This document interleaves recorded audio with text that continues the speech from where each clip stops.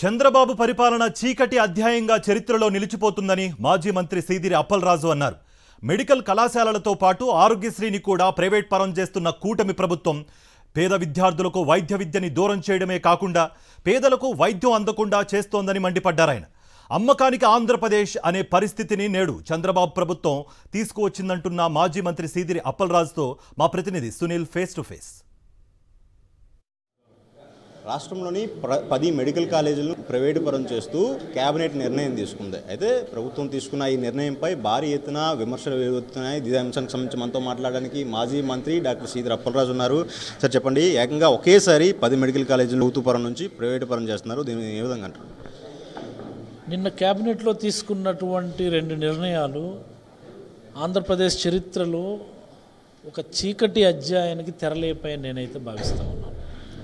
ఎందుచేత ఈ మాట మాట్లాడాల్సి వస్తుందంటే మీరు ఒకసారి గమనించండి. చంద్రబాబు గారు ప్రభుత్వం వచ్చినప్పటి నుంచి కూడా వైద్య రంగంలో ఉన్నటువంటి అన్ని హ్యాండిల్స్ను కూడా చాలా స్ట్రాటజిక్గా ఒక్కొక్క దాన్ని ప్రైవేట్ పరం చేయడానికి ఆయన ఆలోచన చేస్తూ ఉన్నారు.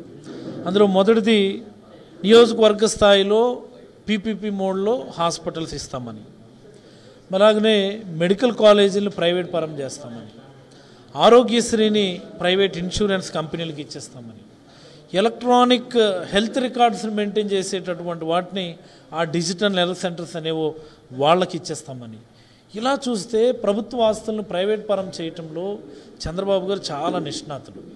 ఏమండి, నాకు అర్థం కాదు.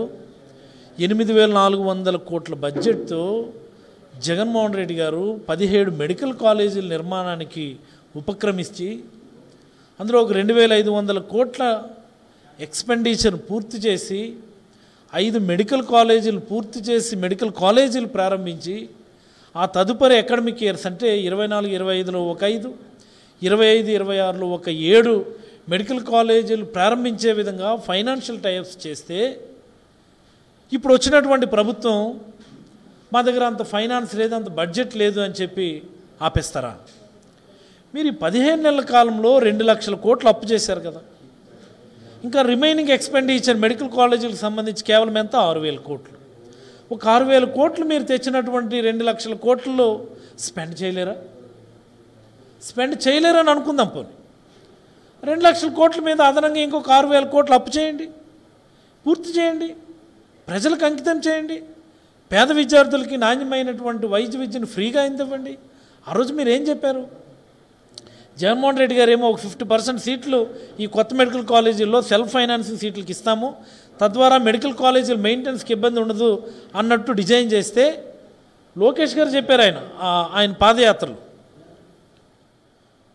ఈ ప్రభుత్వం వచ్చిన నెల రోజుల్లో ఆ సెల్ఫ్ ఫైనాన్స్ సీట్లు మేము క్యాన్సిల్ చేసి అన్నింటినీ కూడా ఫ్రీ చేస్తామని. చేయండి, ఫ్రీ చేయండి బాబు. మిగతా మెడికల్ కాలేజీలను కూడా పూర్తి చేసి అన్నింటినీ కూడా ఫ్రీ చేయండి మేము డిమాండ్ చేస్తున్నాం. ఆ పని చేయకుండా ప్రైవేట్కి ఇచ్చేస్తాము, అమ్మేస్తాము, అసలు వైద్య రంగాన్నే ప్రైవేట్ వ్యక్తి చేతిలో పెట్టేస్తామంటే ఇది ఇంతకంటే దౌర్భాగ్యం. ఇది ఎక్కడ నేను వినలేదు, నేను చూడలేదు. ఏదైతే ప్రధానంగా ఈ ఆరోగ్యశ్రీ ప్రైవేట్ పరం చేయడం, మెడికల్ కాలేజీలను ప్రైవేట్ పరం కూడా చేయడం ఒక ఫెయిల్యూర్గా మారుతుందని కూడా సీదిరి అప్పలరాజు చెప్తున్న పరిస్థితి. కెమెరా రాజుతో సునీల్, సాక్షి టీవీ, శ్రీకాకుళం.